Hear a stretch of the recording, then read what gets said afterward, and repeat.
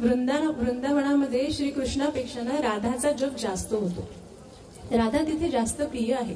कृष्ण देखील प्रिय आहे, पण राधा कृष्णापेक्षा पण प्रिय आहे असं म्हणतात. वेगवेगळ्या ठिकाणी ग्रंथांमध्ये वगैरे लिहून ठेवलेलं आहे की एक वेळ माझ्या तोंडून राधा जरी निघालं ना तर श्रीकृष्णाचे कान उभे होतात की कोणीतरी राधाचं नाव घेतलं. मग तो वळून बघतो की अरे कोण राधाचं नाव घेत आहे. एक वेळ तुम्ही कृष्णाचा जप करा, श्रीकृष्ण म्हणाल तर एक वेळ होऊ शकतं की ते वळून बघणार नाही, पण राधा म्हटलं तरी ते एकदा वळून तर नक्कीच बघते. असं ते त्याचं प्रेम आहे राधेबद्दलचं.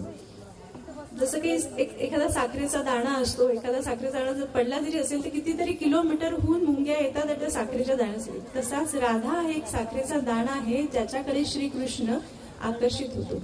असं श्रीकृष्णाचं राधेवर असलेलं प्रेम घेऊन गीतामध्ये फार सुंदर रीतीने आलेलं आहे. घेऊन येत आहे तनिषा धुरिले, गीत आहे तुम प्रीत हो तुम मीत हो.